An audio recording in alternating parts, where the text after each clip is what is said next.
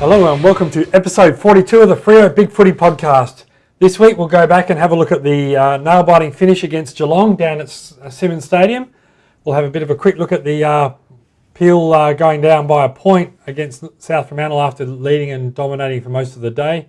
And then we'll have a look at the big grand final rematch against the Hawks where Freo will put their top four aspirations on the line and see if they can finally get over their bogey side. Joining us this week is our usual resident Victorian expert. Seppo, how are you, mate? I am good, Centurions. Good to be back here for another week with only 3 more games to go for the rest of the season. Yeah, not long to go at all. And joining us as one of our regulars is Valkram. How are you, mate? Thanks for coming on board. Not a problem. Glad to be back. All right. Last week we saw Fremantle sort of pull up agonisingly short with a shot after the siren by Monday from 50 out. With the final scores 12 goals 9-81 to 11-13 79, and Fremantle really came home with a bit of a wet sail with 4 goals 7 in the last quarter, but unfortunately it wasn't quite enough to get the points. Seppo, obviously you were down at the game there, mate. What was your impressions sitting down there in the goal square? Well, cold, windy. Thank God it wasn't wet. No, but it was a great game, spoiled by our own bad goal kicking in that first quarter, as well as the whole of the umpiring in the first half. And I'm just glad it sort of corrected itself in the second half, but it was too little too late. And like I mentioned after the game on Twitter, it was a game of football was on once the umpires put the whistle away. And it is frustrating, but we certainly didn't do ourselves any favours by letting Geelong get away to that fast start, and we held on during that game. But God, the misses we had in that first quarter, right in front of me where I was sitting, was frustrating to watch. I don't know how it felt for you guys on the TV, and I haven't managed to go back and watch too many replays. Only just maybe the umpiring decisions to rile me up a bit. But that goal kicking was shocking at that open end of the ground.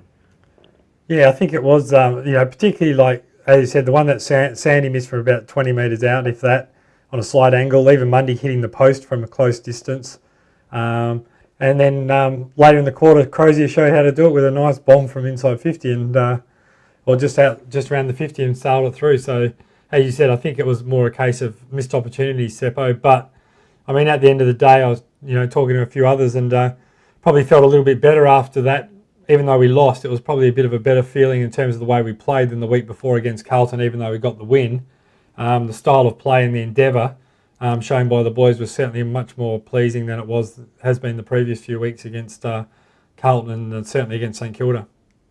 I think the big thing is now that we know that destiny's in our hands with 3 games to go and 2 of them against side that sort of matters around us with the Hawks coming up and Port Adelaide in that last round. If Port had beaten Sydney, we probably would have been in a different mood about this loss. And it's just great to show that we didn't have our mojo back for the last 2 games, and we're starting to get it back. And the effort was there in that last half. It's just a matter of now continuing now on and just secure our top 4 spot, because it doesn't look like there's going to be much movement going on within these top 4 sides.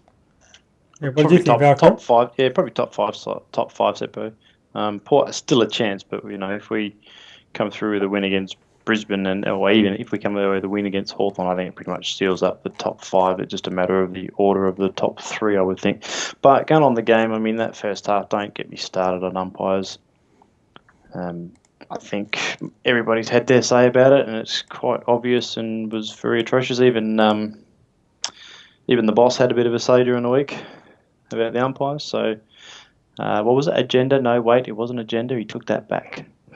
Yeah. But the start, the sort of first quarter didn't help. I mean, 4 goals to 1 in the first quarter, and then another they jumped us again at the beginning of that third, and then we fought it back after that. But I mean, they kicked another 4. I think it was 4 goals to our 2. I think in the third, and then we had the 4 goals finish at the end. But I think we also finished strong in the second half from memory too. We come back and actually made it a bit closer than what the umpires were trying to make it.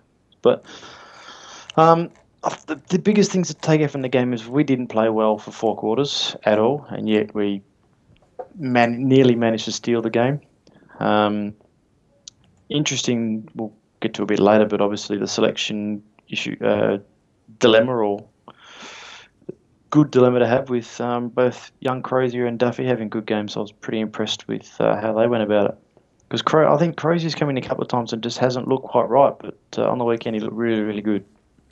Yeah, I agree. I mean, Crazier's obviously had a few games earlier in the season, and like for those of us who went down and watched, particularly early in the season in the preseason game, he just looked like probably a little bit like what we saw last week, and we thought, Crozier's going to take this next step this year, and he just wasn't able to impact in the contest, and I think he showed a real different intent early on in the game, regardless of his goal kicking, just his ability to impact in the contest, put his body on the line, and his tackling I thought was first class, and it was just a sign of what, probably those people who've watched a lot of the Peel games have probably seen and just, been waiting for him to sort of be able to do it on the main AFL stage, and hopefully he will sort of take that performance on board and grow from it, because, add another 10, 15 kilos to him, and he certainly will be he'll certainly be very dangerous down that forward line. If you have him, Walters and Ballantyne down there, he'll certainly add a different dimension to that forward line for us, particularly if, with Maine not probably able to hit the same sort of scoreboard that he was last year.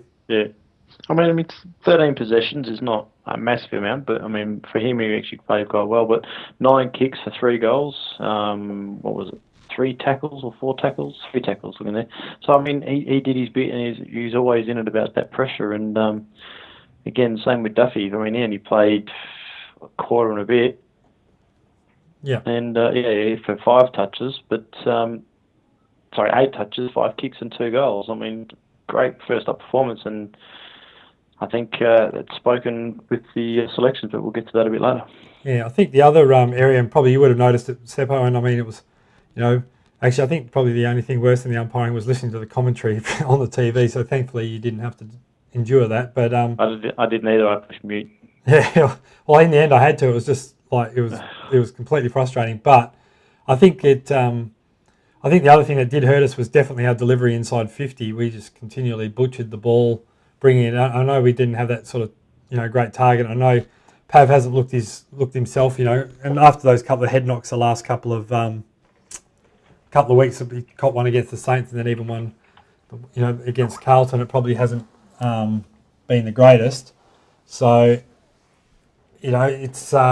it's just frustrating, obviously, being out, obviously letting Harry Taylor continually get in front and doing that. So, all we did was a little bit of pressure, and we just decided, we'll bomb it long. That's sort of Fremantle from the old days. Okay, due to some technical difficulties tonight, Seppo is unable to join us for the rest of the podcast, so Valkyrie and myself will continue ploughing through. Obviously, before we finish up on the Geelong game, is there any other sort of points you want to bring up, Valkyrie, after the Geelong game? I was just need to make mention of the injury concerns to Hill, Ballantyne, Fife. I can't think of any others. Fife obviously got the all clear from the scan during the week, and Hill hasn't been training. I didn't see the report from today. I've been sort of busy with work, but not sure if he trained today. The other obvious concern was obviously McFarlane, who once again did his calf, and it's just a real concern for the boys. I know, I think it was, I know they'd never admit it. I think it was a mistake playing him in that, particularly in that St Kilda game when we had the bye coming up the week after.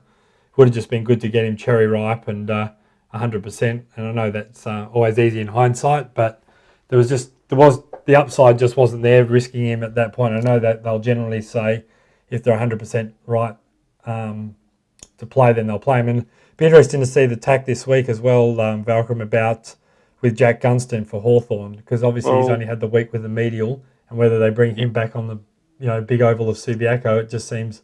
It'll be interesting to see if they decide to use the same philosophy that Fremantle did with McFarlane. That's the thing with it's so close to finals. You don't want to be playing not having a guy play before the finals. You saw it with McFarlane a couple of years ago. So, but we'll wait and see. We'll carry on to the. I don't know where we're doing Peel next, are we? Yeah, well, we'll just have a So just before we finish up on that, I think the other thing that certainly came out of the game is that the Fremantle Geelong rivalry is probably right up there in terms of any rivalry in the AFL at the moment. Every game is really close. It's hard fought. There's niggle. There's always something happening, and even if you're a neutral supporter, it's one of those games. It's sort of a must watch on the calendar because there's always a real classic game. So hopefully, it holds us in good stead. And I think the boys certainly know that they can go down to Guild Stadium and knock off the Cats. They did obviously last year, and they were very, very, very close to doing it again this year. So I don't think Geelong in any capacity will hold any fear for Fremantle. But the game coming up this week will obviously be another big indicator for us with us struggling against the Hawks in recent times and not having beaten them since 2010. But that was a final. It was a final, but even then, Ross Lyon wasn't playing in that. Hasn't coached us to a win over Hawthorn since he's taken over the Realms. Mind you, he hasn't had a Hawks game at home either, but it certainly hasn't helped us. And before we sort of, I suppose we'll go straight into it now that we've brought it up, and we can have a bit of a quick look at the Peel game at the end. But 4 changes for 4 ins this week for Fremantle, with Alex Silvani coming in, and he's been named in the 18 for McFarlane, so you think he'll definitely play, along with Tendai Mzungu, who's once again only sort of had a week off with the hamstring. Michael Walters, who made his debut, not his debut as such, but he's come back last week in Peel. And then Matt Taberner, who has also continued his relatively good form in and out of the side. And obviously McFarlane, we just mentioned, out with a calf. And for the Hawks, Brian Lake back after his 4-week suspension for the choke on Petrie. Ben Ross, Angus Litherland, who is obviously a Claremont boy with a bit of pace. Tim O'Brien, another tall player. And Jack Gunston, who has been named after 1 week with the medial. And I must admit, I'll be surprised if he does play. And then the outs are Billy Hartung, who's been omitted, which is a bit of a surprise considering his ability to run over the ground is quite well documented. And so he would have been quite good on the expanses of Subiaco. And Jared Ruffhead, who was a huge out for them with a tripping charge, but they decided not to contest it and clear his carryover points. So probably a smart move this time of the year. It is, absolutely. And, there wasn't a lot to gain. And to be honest, I would have thought they would have struggled to get him off anyway, so it probably ended up being the smart move overall. And basically, having a look at the list, Velcrum, there's obviously 7 on the interchange, and you'd have to think Taberner would probably be the most unlikely out of the 7 to play.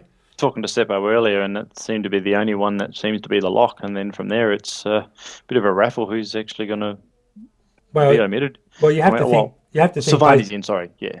Yeah, you have to think based on what Ross Lyon said on 6PR Monday night, that Duffy and Crozier have both done enough to stay in the side. So you'd think they're going to be 2 of the spots. So realistically, if Walters comes back in, either De Boer, Pearce or Mzungu, some of those guys are not going to get a game. So, I mean, this is probably our strongest side. You'd have to think that, with the exception of McFarlane, that we could possibly play. I mean, the only other one you would really consider to be a chance to be in the 22 would be Ibbotson. So, I mean, there's no real excuses for it this week. And Morabito as well.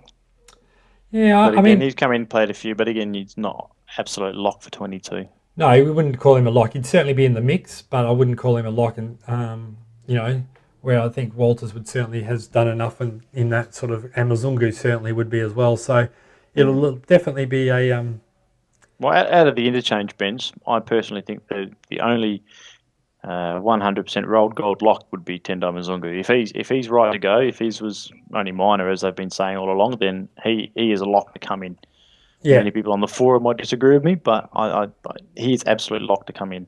Oh. De Boer played a really good defensive role last week, and Ross really likes that role, so you don't know there. Pearce's have been a bit off with his inside 50 kicking, but he's still getting a reasonable amount of the pill. So, and then obviously Crozier and Duffy we talked about, and that leaves Walters, who 19 touches, a couple of goals or 1 goal. Yeah. In 3 quarters? Well, the other thing as well with Walters, even if he doesn't get a lot of the ball, the fact of the matter is whoever plays on him will not be able to won't be able to sag off him. Absolutely not. You can't. Yeah. Whereas they might be looking to do that off a Crozier or a Duffy. They might. Well, that's exactly it. They'll say, well, we won't respect him enough. And they'll just sit in Pav's leading patterns where the reality is if Walters plays, they just know he's that good a player that you just can't afford to do that. So even if he's out there and he doesn't get a lot of the ball, he's certainly going to be creating space. I mean, Main is showing he's probably pushed up the ground a little bit more this year. And down back as well. Yeah, well, he's been down back, and a lot of his marks have really tended to be up around the wing area rather than the inside 50, which is probably explaining a little bit why his goal production is down. But, I mean, I think it's fair to say he probably hasn't had the same impact he did last year. Agreed. But it's certainly bringing Walters and Ballantyne back in. And then, as you said, if you then got Crozier, I mean, Crozier is 186 centimetres as well, so it's not like he's a dwarf. Yeah, exactly. And then it sort of just gives you that little bit more of an option. The other person who probably really does need to stand up for us is probably Clark, who just hasn't. I mean, he's been a bit off. I mean, he does one or two things, but then at the moment he's sort of been. He's our Nick now. He does one or two good things and then just fades in and out of the game for the rest of it. Yeah, absolutely. And earlier in the year he showed with some really good leading. I think even in the first derby he kicked 3 goals, and you thought, it's finally clicking for him. But it'd be interesting to see if Griffin was showing a little bit more form in the waffle, whether they would have persevered with him down in the side. But he's still getting 30-odd hit-outs a game, though.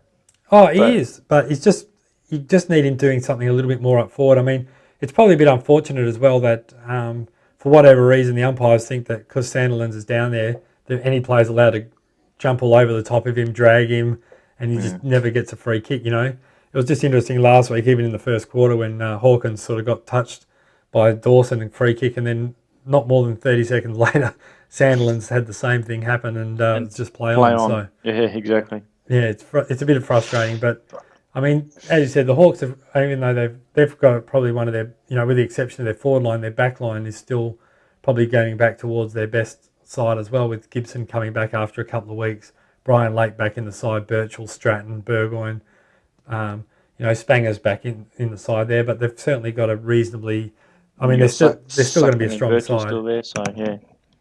And obviously, but I think it's the biggest thing for them is obviously going to be how their forward line goes. I mean, obviously, Roughhead out suspension, and then there's the whole cloud over Gunston, whether he's actually going to play or not. I mean, and all the talk during the week is that he's less likely than likely. Obviously, we're hoping it's less likely than likely, but they still got till tomorrow, so it means they'll get through another session tomorrow or something, and then they'll make a decision whether he flies or not. Yeah, I mean, it'll be interesting as well. It's I think with the ruck situation, obviously McAvoy will be playing first ruck, but Roughhead's normally that mobile ruckman that allows, goes up, gives him a bit of a chop out, and he certainly can run around the ground and be quite damaging. Where I certainly don't think, whether Hale will certainly, particularly on the bigger ground, I think Zach Clark should have a bit of an advantage there. I mean, Hale's certainly slouch. I think he's a better forward than ruckman. But he's no slouch. He can hold his own in the ruck. So you got to be looking at the Hale, Clark, and McAvoy Sandilands matchups really.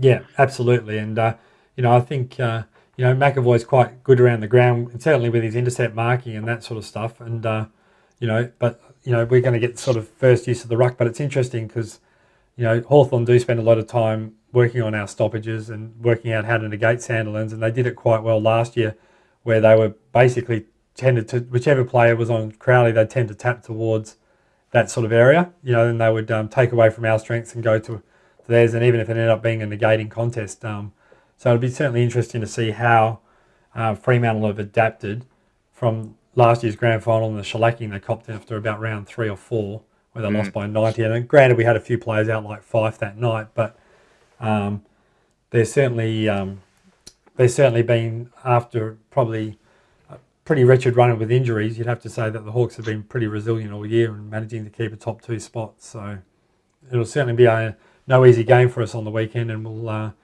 and particularly trying to defend that. And even though the ground's a bit narrow, it'll certainly help us a little bit more than the wide expanses of the G. But their kicking skills are pretty top notch, so we'll have to definitely be on our game and not let them just move it up at will. Yeah, I think then you got the battle of the midfields. It's going to be an interesting battle. I mean, obviously our lot with Barlow, Mundy, Fife, Crowley, Lockie, Hill, etc., against that lot of Mitchell, Hodge, the other Hill, Suckling going through there, Jordan Lewis, Liam Shields. So that's going to be an interesting battle. I think both backlines are pretty much full strength. I mean, obviously we don't have McFarlane, but we've got Savani, who is a soldier, and you're always going to get an absolute contest from him. Yeah.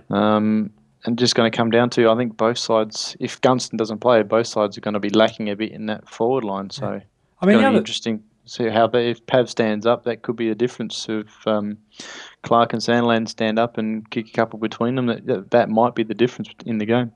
Yeah, I mean, the other thing as well, obviously, when we played them first week, Cyril got off the chain a little bit, and he's not playing in this one. And Yes. the other one as well is that you generally find that Hawthorn do run pretty deep in the midfield, and they tend to rotate players through. So even quite often, Luke Bruce will go up and run through. He'll take a few centre bounces here and there, but with particularly if Gunston doesn't play and with Roughhead out as well, they probably won't have that luxury of being able to move him as forward as much as they would like to, because Lewis and that sort of thing is not as potent up forward as Bruce, absolutely. Yeah. And you'd think Lee Spur is going to be the first option to go to Luke Bruce, but are they going to look at a way to try and break Spur off of Bruce by putting Bruce in the middle? Because you're not going to put Spur in the middle. No, that's right. I mean, if that happens and Bruce does go up, you'd have to think then Spur would go across to Palopolo. Well, yeah. So that would or Hill if he's resting forward or something. Yeah, I mean, I don't think that'd be an interesting one, because it certainly doesn't have the pace. Duffield would probably be more than likely a better option, I think, for Hill if he does go forward. But it'll certainly be definitely a tough matchup, and it's going to be interesting to see how Fremantle, how they use the ball and bringing it forward this week. And as you said, if Walters does play, he's certainly going to give us a little bit more, ability to spread our players and give it a little bit more width to our delivery inside 50. But and a bit more nous at the feet of the big guys too, because obviously Sandland's going to get his arm chopped and not get a free kick. So if the ball's to ground, that's in our favour. And I mean, teams would have looked last week at the way Harry Taylor managed to play the loose man, because I mean, let's be honest, most of the time Fremantle do. Ross Lyon loves playing with the third, like the loose man, laying that down. We play 7-on-6, and we'll sort of allow them to do the same. Some teams have played it where they've played the extra man through the middle of the ground, where like Adelaide was one team that decided to try and do it that way, where you get other teams who will play like Geelong did last week with Harry Taylor just roaming across half back there. And I mean, you'd have to think someone like Hodge would just love sitting in that sort of area, or Josh Gibson or Burgoyne. So Birchall or Suckling with their damaging left foots. Yeah, I mean, the thing is, well, we'd probably need to take advantage. I mean, they've got Dereya in, who's solid, and Litherland, who's certainly got the pace, but we have to take advantage of those matchups, because you've got those sort of taller guys in there with Gibson and Spanger and Lake in there. So it'd be interesting to see which way how they match up with our forwards down there, because obviously and that'll be the tough thing I think for Lyon this week, looking at the matchups, because Birchall provides a lot of that run, and so does Burgoyne off half back, and they don't. De Boer has got that ability to shut those players down, but you think De Boer's going to go to Birchall or Burgoyne, whoever's or Suckling. Damaging is a bit more, yeah. Well, Suckling's sort of been going sort of more off the wing to half forward, because he's got that penetrating left. So yeah, but I mean, if De Boer doesn't make the final cut, I mean, and if you have a look at what we just talked about earlier, it's possible. If you're going to go, Walters comes in, Duffy and Crozier are pretty much locked in unless Lyon changes his mind. And if Mzungu is fit to play, that's your four. So therefore, you leave Pearce, De Boer, and Taberner out. So I mean, if you're doing I'm so glad I'm not on selection committee. Yeah, it would be tough, that's for sure. I mean, whether you like it or not, Pearce has been our number one deliverer inside 50. Now, granted, not all of them have been. Isn't he number one in the competition? Well, that's it. So, I mean, granted, not all of them have been. His efficiency hasn't been always top notch, but he is getting the ball and getting it in there. And once again, if you take Pearce out, then all of a sudden they're going to certainly give a little bit more. And they're just going to go and tag Hill, and then we've got, Yeah. So sort of Pearce and Hill, one of them normally gets free because the other, they can't sort of capture both of them. So, and the other, it's been a bit, and probably since Hill came back after that little nick he had, he just didn't look himself against the Carlton game, and then it was a bit unfortunate last week where he rolled his ankle quite early in the game against Geelong, so he probably didn't get a chance to play at his best, but he certainly hasn't been the same player he was prior to getting that injury. But he's only had the one real run at it, and like you said, the injury, the little niggle injury last week, and then obviously he's being rested this week at training. So it'd be nice to just get him through this game, then sort of build him up a bit for the Brisbane game, and then that's how I'm thinking of it, and then build up through. Obviously, it could be an important game against Port, and then into the finals. So I'm not overly too worried as long as he's shows some progression and move forward this week. Yeah. The other important thing I think, or the other pleasing thing I think from the game last week was that our midfield certainly looked a lot more sort of potent than it had been previous to that, and it looked like Mundy and those sort of guys started to show a little bit more form. And obviously Fife was just being Fife. Fife's been in some magnificent form in the fourth quarter, the last few games. Yeah, really stood up when you know what? It's time for me to start playing, and away he goes. Yeah, absolutely. And I think a lot of those sort of guys who do tag him, they probably can keep up for 3 quarters, and then he just sort of gradually wears them down and gets on top. And I mean, that's probably the other thing we need. And takes them forward and takes marks overhead, which none of them have been able to stop him. Well, that's it. And, probably need to get Johnson trying to get back to his sort of, a little bit, more like the form he showed last year as well. He probably, since he came back from his injury, hasn't. But the other issue, though, is because McFarlane's gone out, he's had to go and play that key post, and it's not his ideal position. You want him to be that third tall where he can leave his man and impact the contest, or leave his man and get free, and, that little one-handed hold the ball, kick to someone out in the wing midfield is very, very good. Well, you'd have to think that, they, depending on the way they want to run it, you're obviously going to have Hale and Schoenmakers be your 2 talls down there. Bruce will be your sort of, that third tall option that Gunston played last year when you had Franklin and Roughhead both playing. Yeah. So I wouldn't be surprised at all if they move Spanger forward to play that third man just to keep Johnson accountable. And then they'll just use Lake, Gibson, Stratton, Birchall, Hodge, Burgoyne and Dorea down back. So it wouldn't surprise me at all if they decide. But then what do you do with who goes to Maine then? Well, I think Maine could. You could probably play Birchall on Maine because he's certainly got the speed, or even Dorea. He'll probably have to play on one of the smalls. You'd think. You'd think Dorea's got to go to either Ballantyne, Walters, one of them. It depends on where Maine gets the ball as well. They may be happy enough just to allow. Let him go up the wing.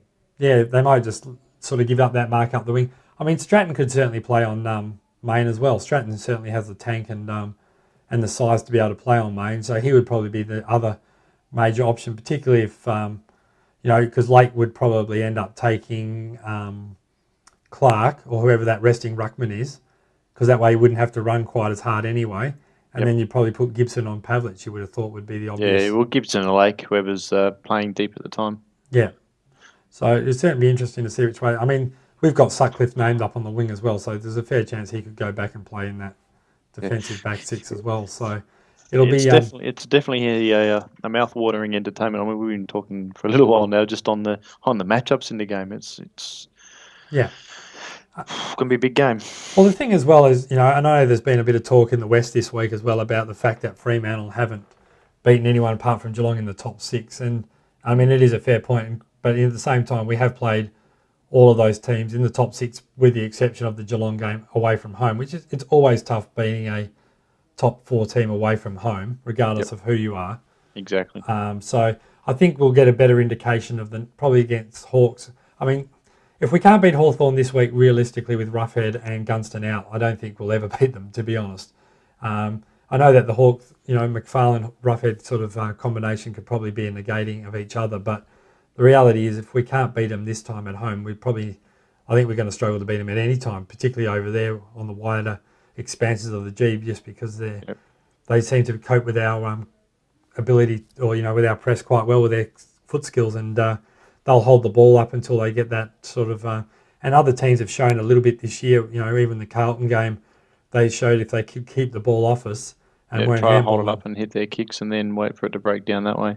Yeah, so it'll certainly be interesting, and it'll be interesting for Ross Lyon, I think, as well, to see how, if we do go in with that forward line you're talking about, with Crozier, Duffy, Walters, and I think that's going to be the key thing for us. I think that's going to be hard. I think that's going to, if we do go in with those 4 smalls, so with Duffy, Crozier, Ballas, and Walters, I don't know that Hawthorn can match that.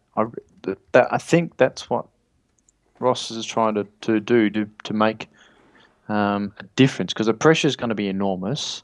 So the guys like Birchall and Suckling and Burgoyne aren't going to get a lot of time to pinpoint and spot up their kicks. And I can't see how they're all going to match up on these little guys. No, Sure, Burgoyne's not going to be quick enough to catch guys. Birchall maybe, Duray, yes.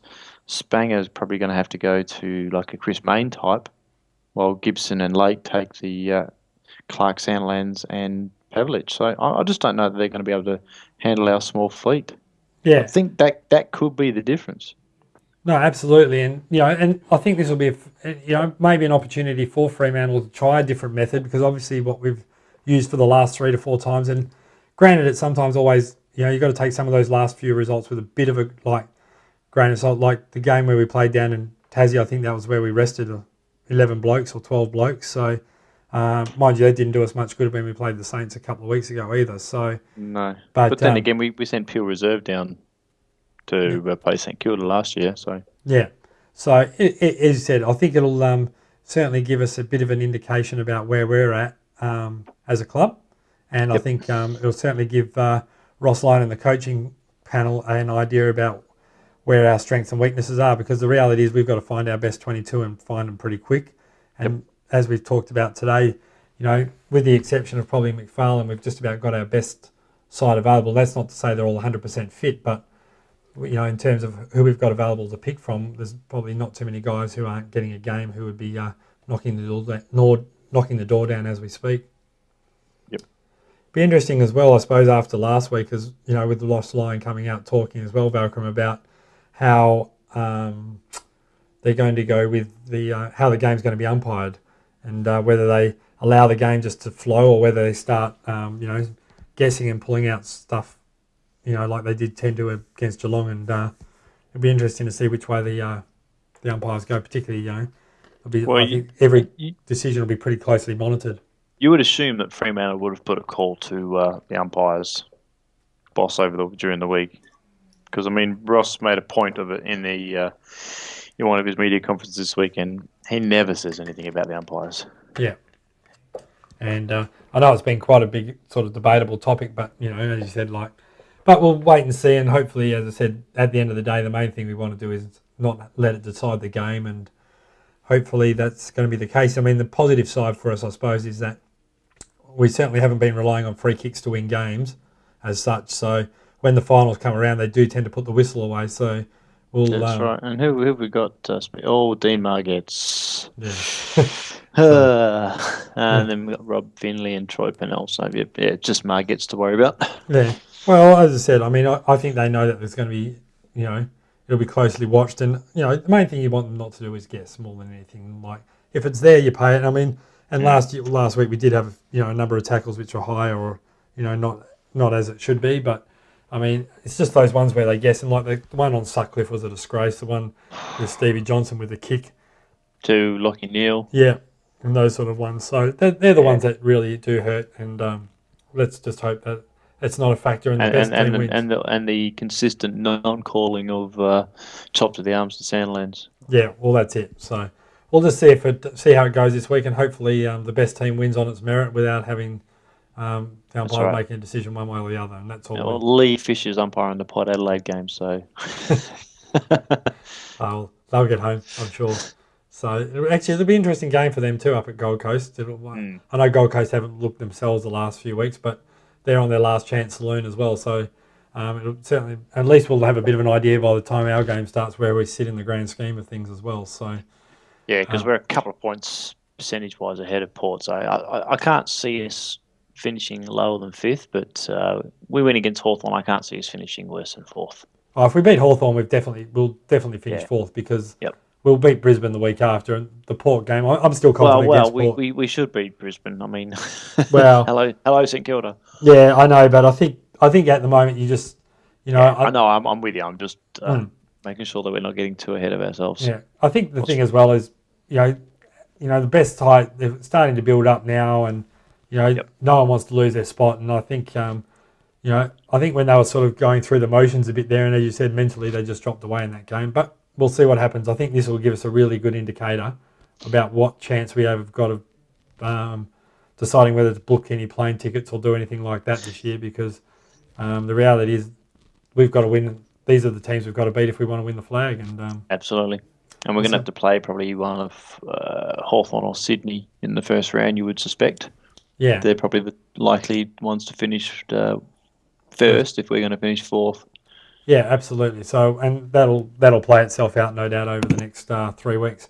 Anything else you want to bring up, Valcom, before we get to the tips?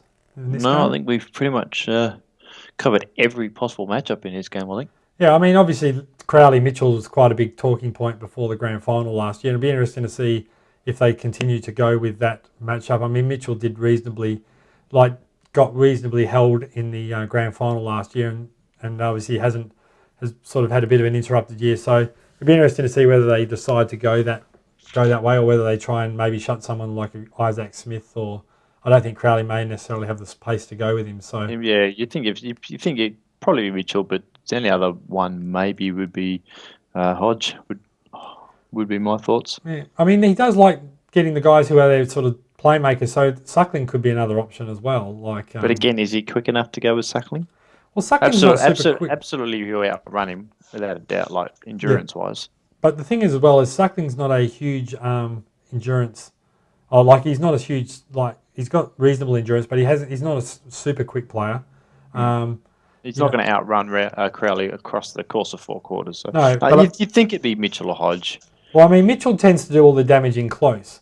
And it's really, realistically, the thing you want to look at is you would say, well, if we go with, for example, like Lockie Neal on Mitchell, you're going to then go, we'll go head to head in the midfield battle in the clearances rather than sort of negating one or the other.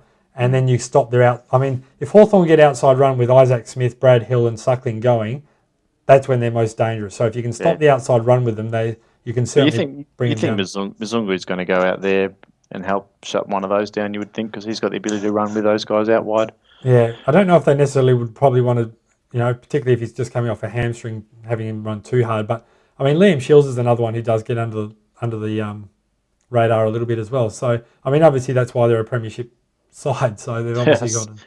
it's the same thing. They're probably saying the same thing about us, about their matchups each way. I mean, who's going to go to 5? Who's going to go to Monday? Yeah. It will certainly... It'll be interesting to see which way they do go with Fife, and whether they... Because it'll certainly be a tough matchup for them to decide which way they want to run with that sort of matchup as well. And I think there'll be...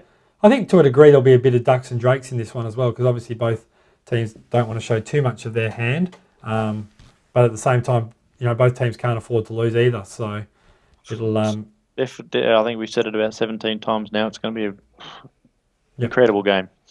Absolutely. So who's your tip this week, Falcon?